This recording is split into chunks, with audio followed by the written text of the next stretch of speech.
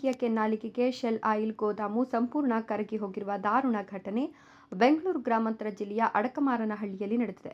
ಕೃಷ್ಣಪ್ಪ ಅನ್ನೋರಿಗೆ ಸೇರಿದ ಈ ಗೋದಾಮಿನಲ್ಲಿ ಸತತ 12 ಗಂಟೆಗಳ ಕಾಲ ಬೆಂಕಿ ಹುರಿತು. ಇದರಿಂದ ಕೋಟ್ಯಾಂತರ ರೂಪಾಯಿ ಮೌಲ್ಯದ ಆಯಿಲ್ ಸಂಗ್ರಹ ಬೆಂಕಿಗಾಹುತಿಯಾಯಿತು. ವಿದ್ಯುತ್ ಶಾರ್ಟ್ ಸರ್ಕ್ಯೂಟ್ನಿಂದ ಬೆಂಕಿ ಕಾಣಿಸಿಕೊಂಡಿರುವ ಸಾಧ್ಯತೆ ಇದೆ ಅಂತ ಪ್ರಾಥಮಿಕ ತನಿಖೆಯಿಂದ ತಿಳಿದುಬಂದಿದೆ.